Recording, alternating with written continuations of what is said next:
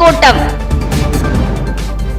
திருவள்ளூர் மாவட்டம் பூந்தமல்லியில் உள்ள வன்னியர் சங்க அலுவலக வளாகத்தில் திருவள்ளூர் தெற்கு மாவட்ட பாட்டாளி மக்கள் கட்சியின் செயற்குழு கூட்டம் திருவள்ளூர் தெற்கு மாவட்ட பாமக தலைவர் செம்பரம்பாக்கம் ரமேஷ் தலைமையில் நடைபெற்றது. இதில் சிறப்பு அழைப்பாளராக திருவள்ளூர் தெற்கு மாவட்ட பாமக செயலாளர் ஆலப்பாக்கம் சேகர் கலந்து கொண்டு வருகின்ற நாடாளுமன்ற தேர்தலில் தேர்தல் பணி செய்வது குறித்தும் வாக்குச்சாவடி வாரியாக முகவர்கள் நியமிக்கப்பட வேண்டும், பாமகவின் கொள்கைகளை மக்களிடம் எடுத்து சொல்லி வாக்கு சேகரிக்க வேண்டும் என நிர்வாகிகளுக்கு ஆலோசனை வழங்கினார்.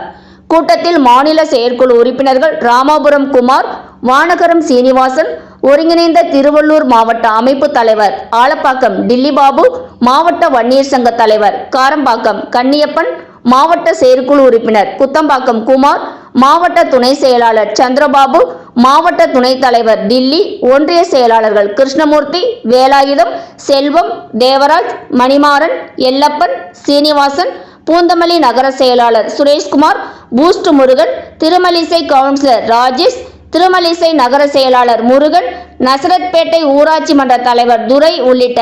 மாநில, மாவட்ட, ஒன்றிய, நகர, பகுதி, வட்ட, கிளை நிர்வாகிகள், மகளிர் அணியினர் பலர் கலந்து கொண்டனர்.